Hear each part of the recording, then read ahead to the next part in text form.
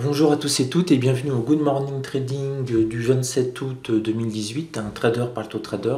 On reprend les bonnes habitudes, c'est le début de la rentrée boursière, ce sera réellement au début septembre, mais là il va commencer à avoir un petit peu plus d'activité sur les marchés, on l'espère. Alors on va aller à l'essentiel.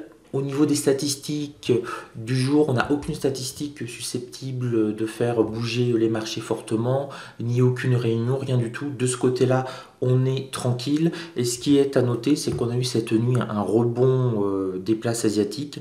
Là, actuellement, au moment où je parle, à 7h42, la Chine a bondi de près de 2%.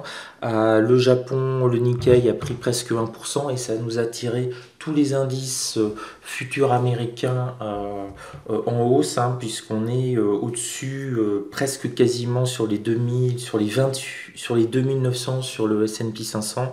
On est au-dessus des 25 800, et oui, oui, sur le Dow Jones, on a 25 870, donc c'est plutôt très très fort. Et puis, bien entendu, le petit événement de la nuit, c'est qu'on a notre Nasdaq au-dessus des 7500 points. Là, actuellement, il est à 7514. Et la même chose, on a les indices allemands et français qui ont fortement bondi actuellement. Enfin, c'est des prévisions d'ouverture d'au moins 0,30%. Donc là, on est parti en tout cas aujourd'hui sur une dynamique, ce matin, sur une dynamique positive. On n'a pas de chiffres qui pourraient nous faire, de statistiques qui pourraient faire vraiment chahuter les marchés, à part bien entendu le tweet de Donald Trump qui peut surgir n'importe quand. Je vais faire un petit point rapide sur ce que j'ai fait, à part être en vacances, sur mon trading. Donc là, c'est mon trading sur futur et là, c'est mon trading sur CFD. Donc là, depuis le début du mois, oui, ça a été très en dents de scie. Je suis à 6 000 euros de gain, donc c'est plutôt bien, surtout pour des vacances. Donc j'espère finir le mois, il reste un jour de trading, on va dire à 10 000 euros. Ce sera vraiment un bon point pour moi. On va passer plus en détail sur chaque indice. Alors, pour les indices, là, on voit vraiment, c'est très net sur le Nasdaq, ce rebond avec le point d'appui qu'il avait pris sur sa middle R1 mensuelle, beaucoup travaillé, et puis là, il est parti en ligne droite avec une accélération, et là, on voit qu'il arrive quasiment, là, on le frôle à un demi-point près, à quelques points près, sur le plus haut du mois précédent. Il arrive sur sa résistance 1 mensuelle, mais il semble, il n'y a pas eu de reflux pour le moment. On est en bougie 4 heures, hein, donc on a quand même le temps de voir les choses bouger. Mais en tout cas, très très beau. Il nous fait même là, virtuellement, enfin réellement, un breakout sur ses plus hauts du 9 août. Donc très belle dynamique depuis un mois sur le Nasdaq. Là, on le voit, hein, ici, il se rapproche du plus haut du mois précédent, donc vraiment zone à surveiller. Sur le Dow Jones 30, alors superbe le Dow Jones 30, regardez, rebond pile sur le point pivot mensuel, accélération. Il a un petit peu hésité parce qu'il arrivait sur le plus haut du mois précédent. Et finalement, là, on voit, ça l'a catapulté. C'est devenu un support. Et il est parti. Et alors, un signe de force vraiment très net, c'est que quand il s'est remis à baisser, il n'est pas revenu toucher le plus haut du mois précédent. Là, ça veut dire qu'on avait énormément d'acheteurs et ça a permis à nouveau de remonter. Et lui aussi, il arrive sur son plus haut. Là, par contre, du 21 août. En effet, on est record sur record, hein. Le S&P 500 a encore battu ses records historiques. Et c'est très précisément le 3455e jour sans crack à Wall Street. Alors qu'est-ce que c'est un crack à Wall Street? On estime qu'un crack à Wall Street, c'est quand par rapport à un plus haut, le marché a décalé de 20%. Là, on appelle ça un crack. Il a fallu mettre une norme, ça a été 20%. On aurait pu estimer que ça aurait pu être à 15%, mais c'est 20%.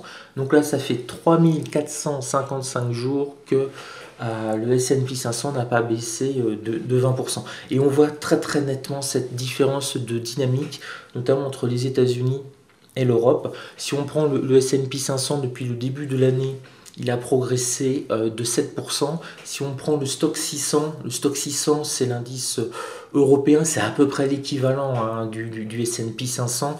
Lui, il est en baisse de moins 1,4% de mémoire. Donc on a les États-Unis qui sont en plus 7 et on a l'Europe qui est à moins 1,5, on va dire. Donc on voit vraiment cette différence. L'économie américaine va très bien. En rythme annualisé, elle est sur du 4%. Les bénéfices des entreprises ont progressé de 25%. Et ça, on est obligé, même si les économistes français ont beaucoup de mal, de mettre ça au crédit de Donald Trump parce qu'il a baissé drastiquement les impôts des entreprises. Et une entreprise qui paye moins d'impôts, elle a plus de bénéfices. Et quand elle a plus de bénéfices, elle peut en redistribuer plus à ses actionnaire, mais elle peut aussi investir plus, créer de nouveaux produits, lancer de nouvelles usines, créer de l'emploi, de l'activité, etc. Donc on a vraiment une économie américaine très dynamique, parce qu'une économie qui fait 4% et qui a le poids de l'économie américaine, c'est absolument remarquable. Après, on peut toujours nous dire que le Zimbabwe a progressé de 7% cette année, mais il part d'extrêmement bas.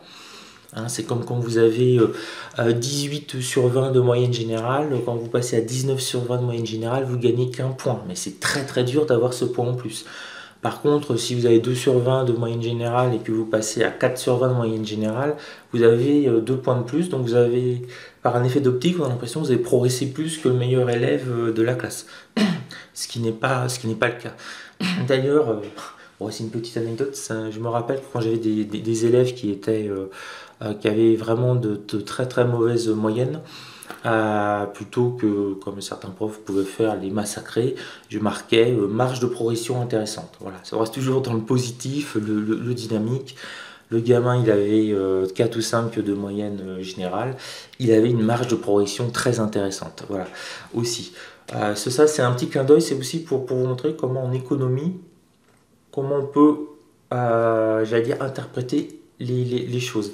Mais 4% de progression du PIB américain en version annualisée, hein, c'est pas définitif, on n'est pas à la fin de l'année, mais si on prend sur les 12 derniers mois, on est à 4,1% précisément. C'est remarquable et sans inflation, c'est ça qui est important.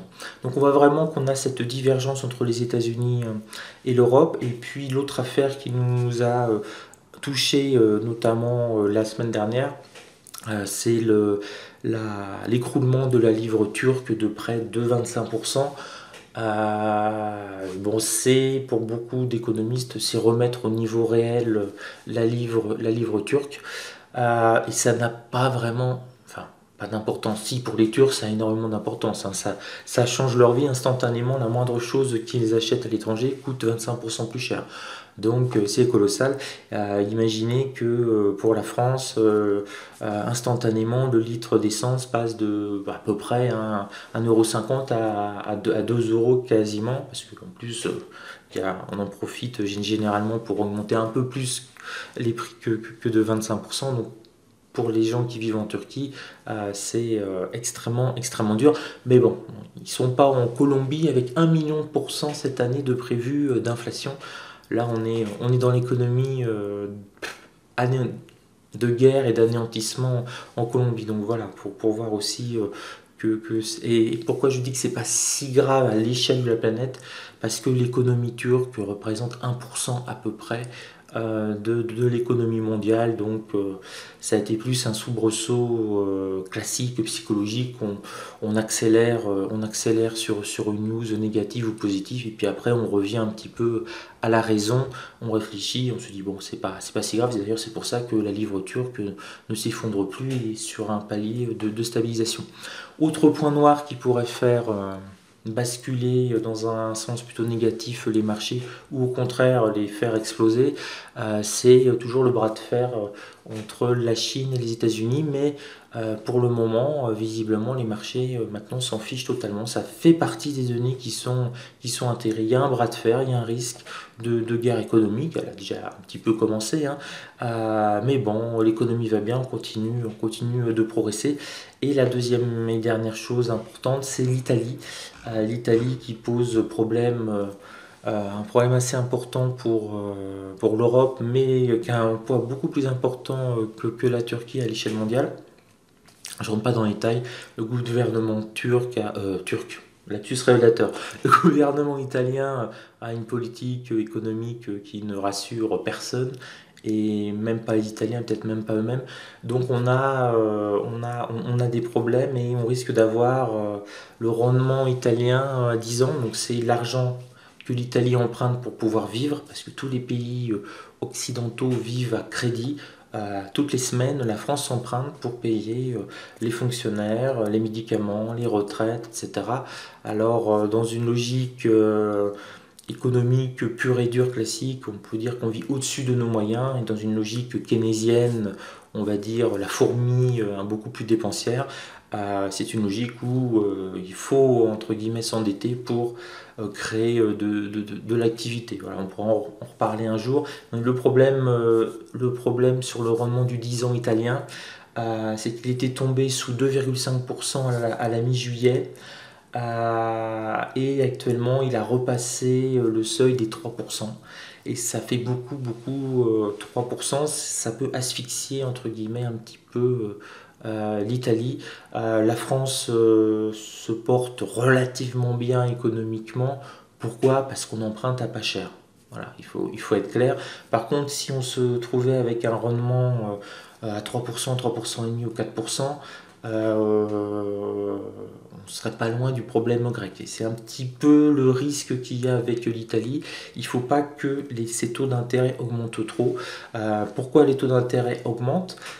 Tout simplement parce que les investisseurs, les gens qui prêtent de l'argent à l'Italie, ont de moins en moins confiance. Donc, ils étaient prêts à prêter de l'argent à 2,5% à l'Italie, à 2,8%. Maintenant, ils ne veulent plus.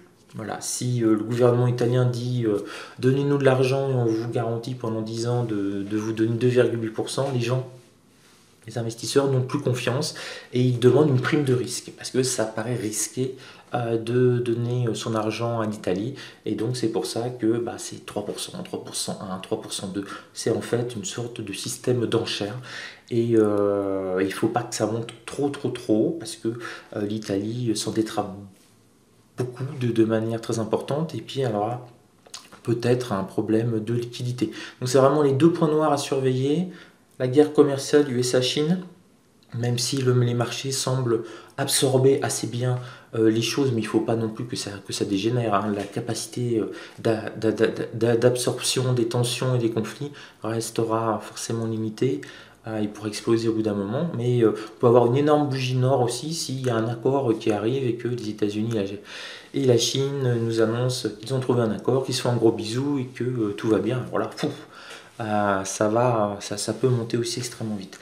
Voilà, et bien avoir en idée le problème de l'Italie, et il y a de fortes chances, on en parle, et ça paraît très logique, que par exemple Moody's, la principale agence de notation, dégrade la note italienne, et là ça aura des conséquences instantanées pour ces taux d'intérêt. Pourquoi? Parce que vous avez par exemple, je vais vraiment simplifier à outrance, vous avez des SICAV qui ont le droit de prêter de l'argent à des États, mais pour des critères de sécurité, il ne faut pas que la note soit inférieure à. Et si l'Italie a une note inférieure à, vous avez énormément de gérants qui, même s'ils le voulaient, ne pourraient pas, pour des raisons tout simplement légales, prêter de l'argent à l'Italie, parce que ce serait considéré comme une opération beaucoup trop risquée. Ça sert aussi à ça, les agences de notation. Si vous êtes, j'allais dire, dans les A et tout ça, n'importe quel gérant de SICAV, etc., peut prêter de l'argent en récupérant des obligations d'État. Par contre, si vous avez une note plus basse, eh bien, vous allez avoir moins de personnes qui ont même le droit de vous prêter de l'argent. Et donc, si vous avez moins de personnes qui peuvent vous prêter de l'argent, les taux vont monter pour essayer d'attirer de nouvelles personnes. Voilà, c'est un petit peu la problématique qu'a l'Italie. On n'en parle pas beaucoup, mais ça peut être très grave dans les semaines et les mois qui viennent. On le verra, ça dépendra du gouvernement italien. Voilà, fin du Good Morning Training qui était un petit peu plus long que d'habitude, mais bon, j'étais parti sur ça, ça m'a fait un petit peu plaisir. Je vous souhaite une belle journée de trading et à ce soir, on va faire le débriefing de la journée, voir ce que j'ai pu trader ou pas trader, puisque je vous rappelle que le métier de trader, ce n'est pas trader, c'est attendre une opportunité. Et donc, notre métier, c'est l'attente dans 98% du temps et de la journée. Voilà. Sur ce, belle journée à vous. Soyez prudents sur les marchés. Belle rentrée si, comme moi, vous reprenez le trading sérieusement. Bah, pour être honnête, la vraie rentrée en termes de volume et tout ça, ce sera normalement début septembre. Ciao à tous!